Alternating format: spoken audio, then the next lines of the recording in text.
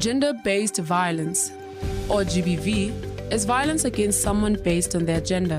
It is rooted in gender inequality and harmful attitudes about the roles of women and men in society.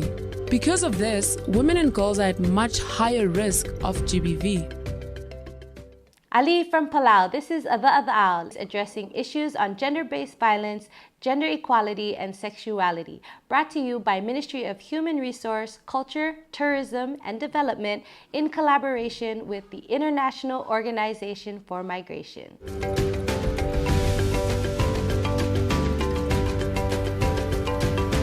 Ali from Palau.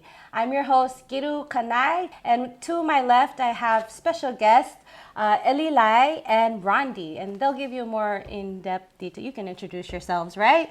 Okay, so guys, we're here to talk about a specific issue, but before we get into that, please, for anybody who's getting to know you guys for the first time, unlike myself, let them know who you are and a little bit background.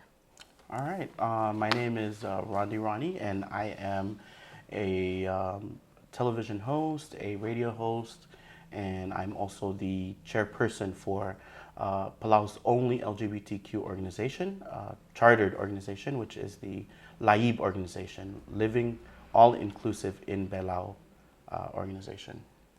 I'm Lilai Ngermang. I am the secretary for LAIB organization. I'm a lawyer by trade, currently the special assistant to the vice president. Like that, lawyer by trade. Unfortunately, right.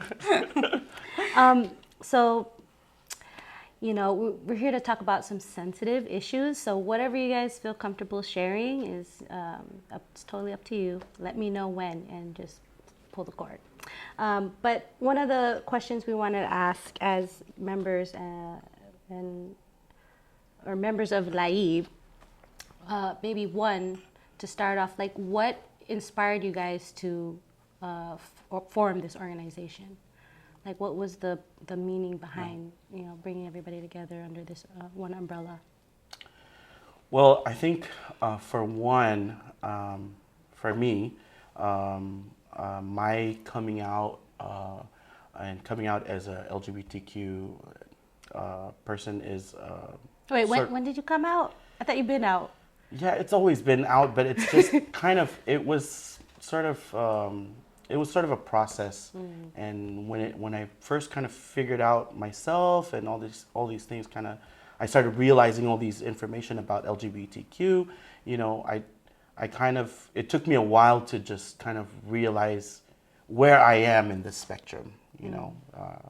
Was I gay? Was I bi? Was I But I think when I first came out, which is very funny because the first person I came out to is Alilai, so it's so funny. But when I first came out, I came out as bi. When I told Alilai, I was like, how old were you? I think I was 8th grade. When did we go to Port Area? when we were of age. Yes. Of course. Yes. Okay. Yeah, but I think I was. It was around that area, and then right after that, I became a freshman, and then I had to leave Palau to. I went into high school, and then junior years when I left to high school in Arizona, and when I left to Arizona. It had already been, I've already spent a lot of time thinking about myself and kind of evaluating the type of interactions that I had when I started to kind of show, how people were reacting to my femininity, my style, and I kind of realized that I had not been honest with everybody. And every time that I wasn't honest, it made people uncomfortable to be sort of around me, or not necessarily uncomfortable, but they weren't sure how to react to Rondi. Was he gay or not? Sorry, when you say honest, honest about that you like? Yeah, I wasn't telling anybody. By then I had only told Alilai about myself, and I wasn't really kind of open about me I wasn't embracing my femininity. I wasn't I didn't care about it. I didn't want to focus on it. So it just, but by then, I had ran for Mr. Palau High School. You know, I won Mr. Palau High School. So I wasn't really focused on it. I was trying to come up with this facade of what, you know, a cool kid is, you know, and I wasn't trying to, you know, kind of compromise that with me being out there. And of course, you know, Palau generally at that time was not sort of comfortable at speaking about that, or it wasn't open about, you know, those kind of things. And you can hear it with your friends and everybody who are like, you know, oh my God, ang gay, gay, like, you know, you hear all this gossip about it. And so you're kind of pushed into this sort of box where you have to create this cool persona for the community, you know, and not comfortable, rather than being just sort of authentic to who you really are. But when I found out that I was leaving to Arizona, and it clicked to me that I need to be more honest. It was my opportunity to go out there. I'm going to America, so, you know, I can be young myself. And wild and free. You know what I mean? Yeah, and so I figured as soon as I go there, I'm not going to lie to anybody. I see. Which was partly the case, but, you know, I was very open when I did go there, and I did end up sort of gathering information on my own. And so I went and I went to every library, but at that time the internet wasn't that great, so libraries were a thing. You actually used the Dewey Decimal System. So I went to every library in the community that I was, and I talked to my counselors. And one thing that I really found out, and that really hit me really hard, was when I was trying to tell my parents, and it was so hard for me to tell them because it was such a heavy subject to talk about. My mom, however, had already, you know, she's like, I've been known. She already kind of course, you know, your mothers always know, and she already kind of figured me out. So she asked me a couple of times before I left, and I kept telling her, what are you talking about? Like, you know, no, never. But what did she ask you? She's like, are you gay? Just straight up. I can hella see your mom. I can hear her saying it like that. No, what are you talking about? What is this gay? No, so it's like, you know, so when I went there, I figured it was a good opportunity to be honest and to finally come out to my parents. And so I ended up talking to a lot of counselors about this process that I was going through, and I wanted to tell my parents. And one of my counselors was really kind of like, she kind of put everything in perspective for me, because at that time I was like, I have to tell them. And my counselor was like, why do you feel the need that you have to tell your parents? And I felt like, you know, this was a big part of me. I have to tell them, this is a huge part of me. And my counselor was like, Rondi, like, you're so much more than just that. Like, you know, there's so many other aspects to being you. Like, why do you feel that you need to make this a huge part of you when really we don't know you as Rondi the gay? We know you as Rondi, you know, the guy on broadcasting, the guy in theater, like at that time, the guy in choir, like, you know, I had all these talents that were lined up, and that was one big thing that I made a big deal out of, you know what I mean? And so it really hit me hard, because I was like, you're right, like there's so much more to me than this little thing that I'm kind of having a hard time about, and I'm, you know, trying to tell my parents about. So it made me more confident to tell my parents. So eventually I called my mom, and, you know, the first thing she asked, I was like, Mom, I have something to tell you. And she was like, let me guess, you're gay? And I was like, no, what are you talking about? I'm bi? And then she's like, oh, that's great. Well, you can just push the other side away and just focus on the other side. Oh my goodness. I was like, no, Mom, it doesn't work. It doesn't work like that. And eventually I was confident enough to, you know, to tell my parents fully what it is. And with all the information that I had gathered by then, I was kind of equipped enough to handle my parents. And I have to, like, you have to remember that parents who have never had a gay child don't know how to, you know, how to react or how to, you know, deal with it. So I had to realize that because I was expecting my parents to understand me and to know what I mean when I say these things, you know. But I had to also remember that, you know, my parents have never had a gay child, and I have to kind of show them how, you know. So I was fortunate enough because we were far apart when I told them. And some parents immediately disown their children after that sort of confrontation. But because of me being there and my parents being in Palau, it gave a lot of time. It had, you know, a couple of years to kind of, and every time they'd call, they'd be like, "Are you still gay?" Yes. That's like my mom asking me about my hair. She's like, "Oh, do you still have dreadlocks? I thought it was a phase." Like, that's so, you know. That's, so she was like, "You know, you were always a late bloomer. You know, maybe you'll grow out of this phase. You know."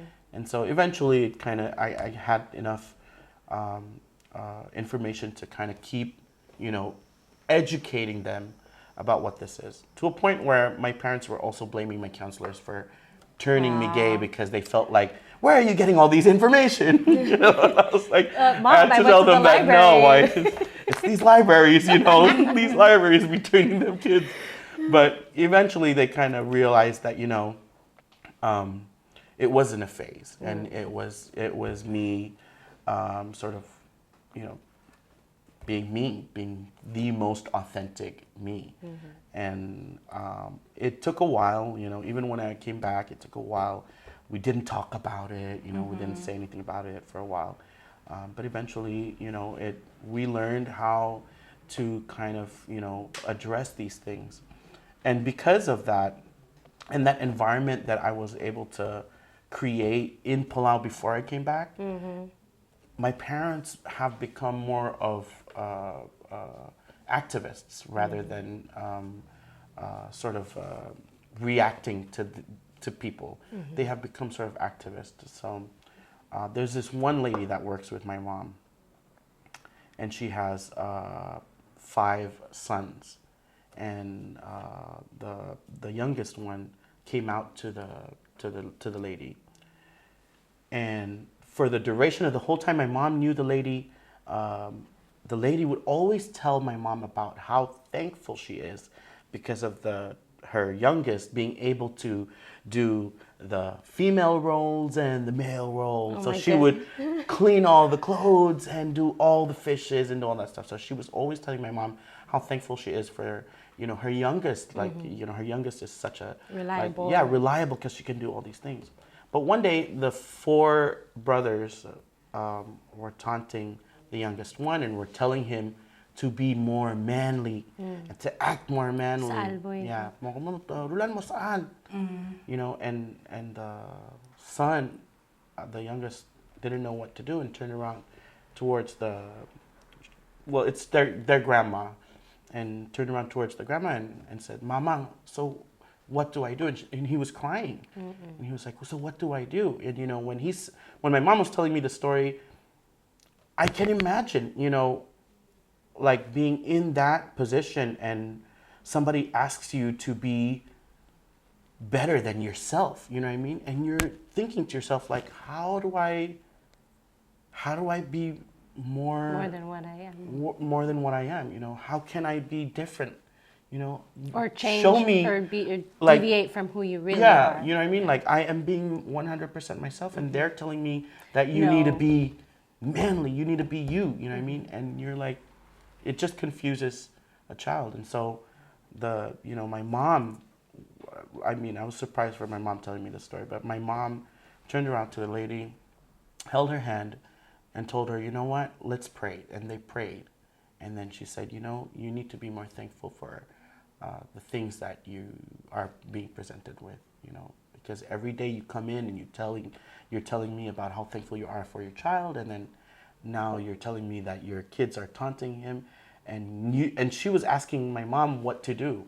Stand up for your child. It's like, you need to stand up for your child, and you need to be more open to your child being able to do these things. Like, you should be more, you know, you should feel more fortunate that, you know, he can do all these things when you don't have any daughters, and then that's happening. So those are some of the things that I feel are left out when we're very focused on the wrong things. And so because of my situation and all these things that happened, I realized that Palau's, what Palau's really lacking is information, those libraries. It's those, educating people about just what it is. Regardless if you're against it or for it, you should at least understand it to a certain extent.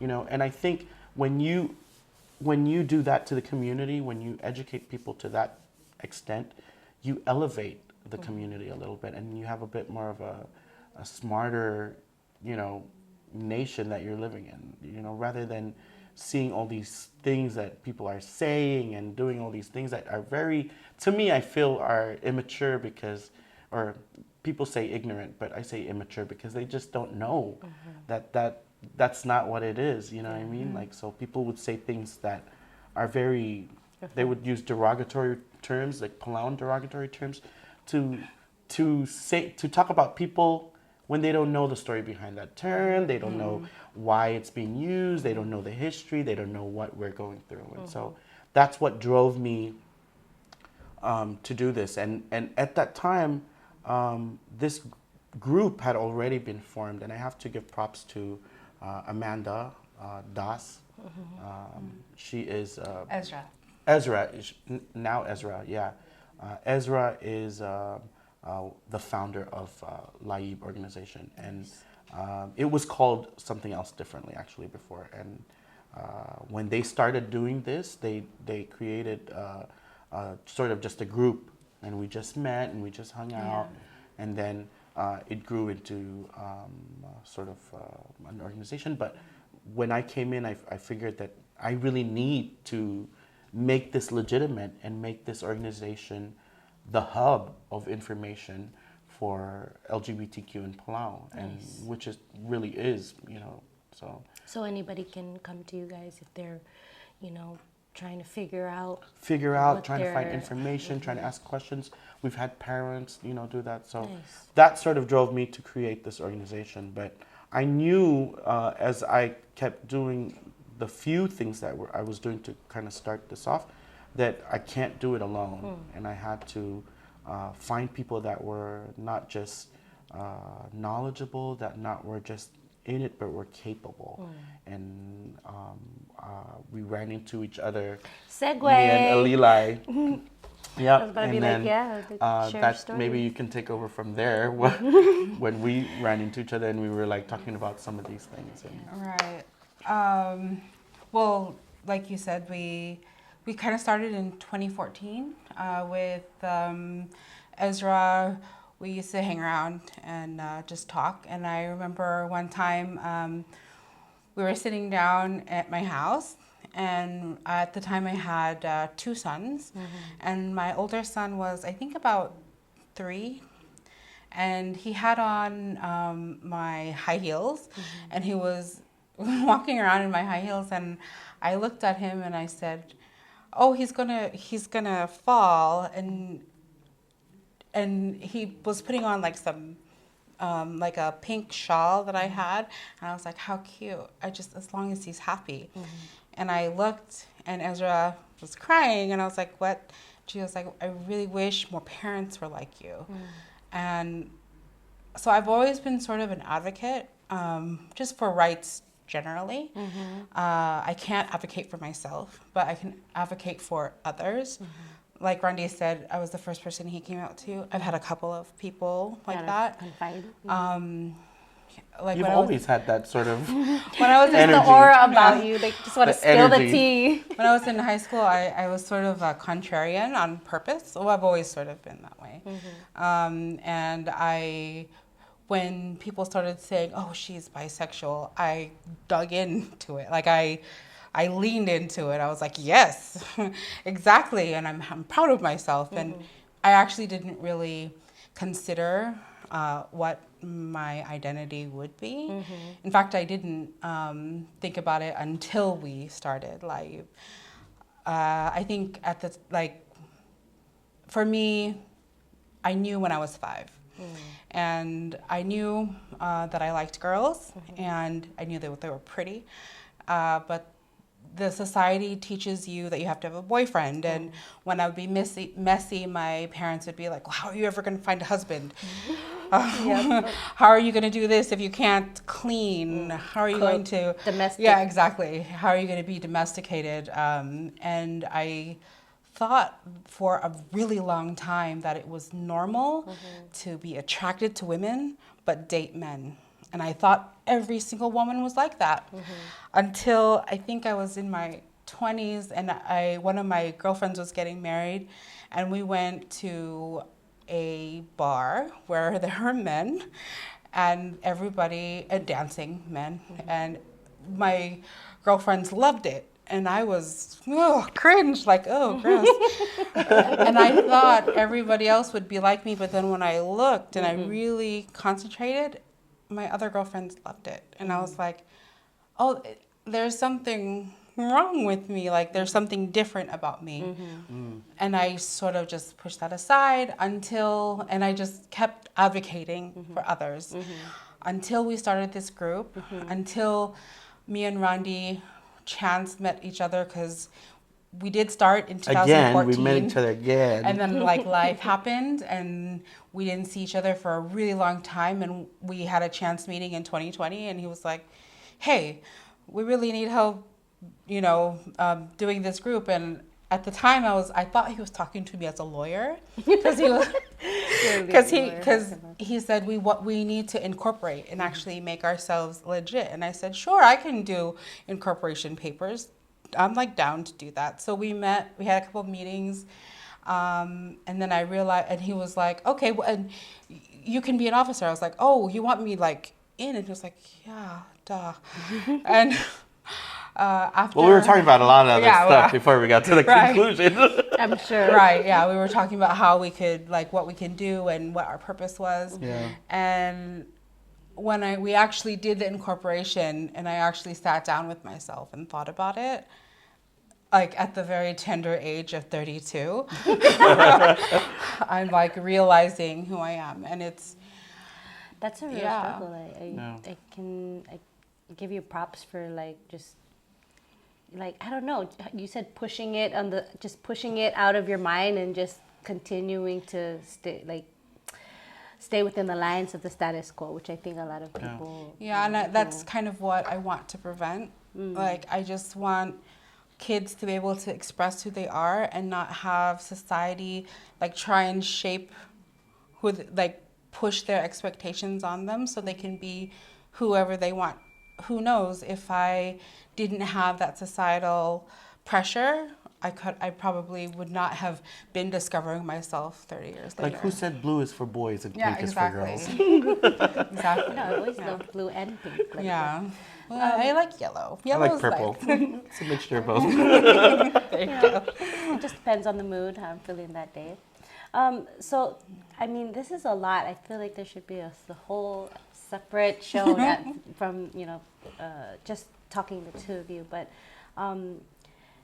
we have a couple of minutes before we go into break. I just wanted to ask, like, what kind of challenges have you faced as a member of the LGBTQ community in Palau in respect to, like, getting funding or hosting functions? Like, is it is there more support now that you guys are a unified organization? How has that been for you guys since creating the organization? I think when we do have events, we have just insane support from the community, grassroots support. We've never had like negativity at any of our events, which I was kind of worried about, honestly, at first, because of the time we grew up in. Yeah. It was a little bit more hostile back then. But now, and I just love seeing the younger generation come out and just be happy and be them. And it's so inspiring for me. I think at the governmental level now, we've had some really positive things. Some policies actually do have LGBTQ considerations in them. We've had a couple of government, I think the Ministry of Justice and the Ministry of State have actually attended events and have made their support public. I think the biggest issue policy-wise is just the lack of sort of not existing. It's not that there's policies against. It's just not It's just existed in it's support just of. not actually a part of the system. Like there's no considerations in it, and because of those, we get fallen through the cracks. I think that's the biggest thing. What advice can you guys give to the youth in Palau today? Because just from listening to both of your guys' stories, it's very different. I feel like for Rondi, you did well. For both of you guys didn't let that your sexuality define you. Regardless, you continue to pursue your careers in different avenues. So for the young ones coming up and trying to figure it out, and maybe that's like how you said you thought that was your identity, encompassed who you are. Like, what kind of advice can you give to the youth of Palau? Well, one, I want to kind of also talk about some of those challenges that you face on a daily basis as an LGBTQ. And I don't want to speak on behalf of the trans women, but they are sort of in front of the whole set of people. They're more visible, and that's because they dress differently, and so that happens. And I understand that too, because I have been kind of out there about my sexuality and all that stuff. And but when I was growing up, a lot of the times I was sort of pushed to thinking certain things, and that's sort of the same with a lot of people that are LGBTQ. Is that sometimes I feel like the Palauan society is just imposes what they want you to think, onto you. And so you get called names, and I feel like that happens almost like every day. Like, sometimes under the breath of people that are working with you, you can hear, certain things that are being said and stuff like that. Sometimes people that we are faced with in terms of, like organizations, like, they have a different belief and they have a different way of thinking about this, and they think that this being gay and is a sin and all those things. And so, and that sometimes comes into the way of progress for us, for yourself individually, like as a person. And I just feel like, as a proud LGBTQ person, I would say, you should definitely push those away and really focus on what benefits you. You know what I mean? Like what would benefit for yourself, rather than focus on anything that comes into your way. So we were discussing just kind of your backstory and how you guys came about forming the organization of LAIB. What are some community outreach events that you've done? And can you share any kind of experience, how that turned out, any good or positive? Yeah, LAIB, which is actually a Palauan bird, a rainbow bird. Nicobar pigeon. Yeah, a Nicobar pigeon, but I just say Palau's rainbow bird. But LAIB stands for Living All Inclusive in Palau, and so that's sort of the environment that we really want to create, creating this organization. We want to make it more, we want to make people more understanding and making sure that they don't just exclude, the LGBTQ or create, environments where they are excluding, people like people in the community. And so we've been trying to create events that also are open to the public. Are open to the public, that are open for everybody. We're not creating events that are specifically for LGBTQ. We want to create events, although they have been. Yes. But we want to be inclusive, and so all inclusive, not just people on the spectrum, but everybody. Yeah, but at our events, we want to kind of educate people about these things, and some of the things that you don't find information on any library in Palau. So that's sort of what we want. Maybe you can share a little bit about some of the events. I think one of our biggest events that we have been doing for a couple of years is the Rainbow Run.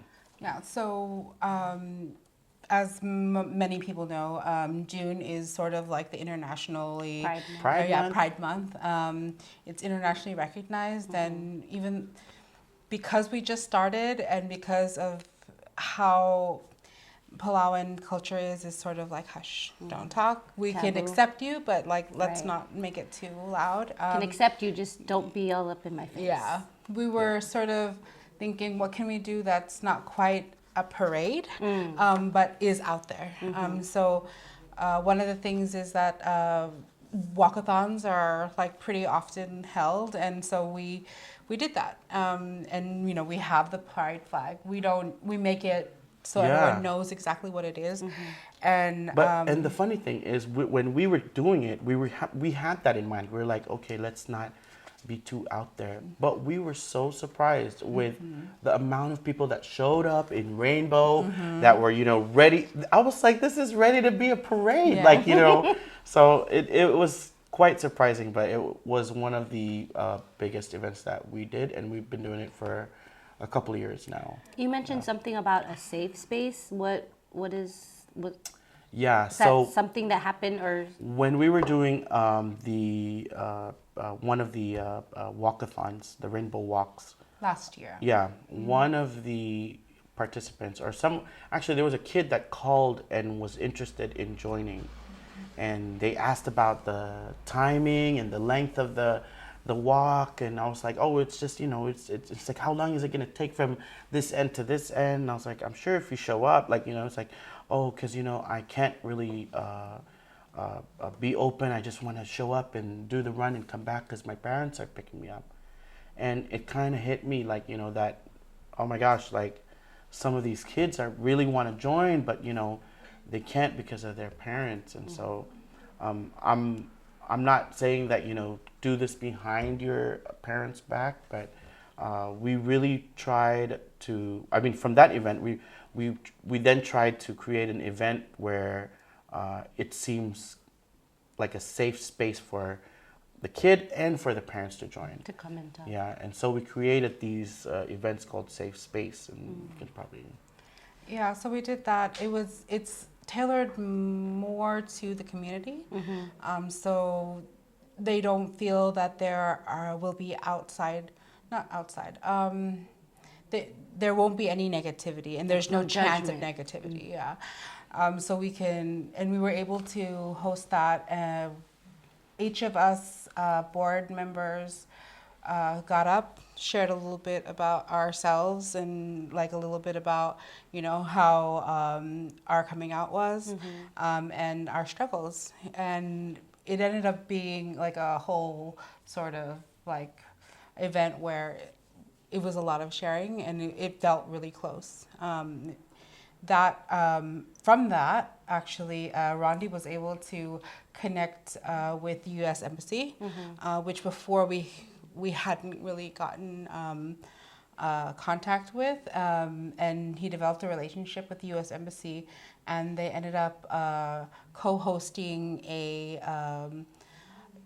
what was that? A movie showing? A movie showing, right. I wasn't able to attend. How was it? Yeah, that one was with the U.S. Embassy, and they ended up inviting all the what do you call them? The diplomatic corps. The diplomatic corps. Oh wow! To attend the safe space. To attend one of the events, which was it was a movie showing on a movie called The Lavender Scare. The Lavender Scare. I remember that. Yeah. And so that's a movie you should watch. Yeah.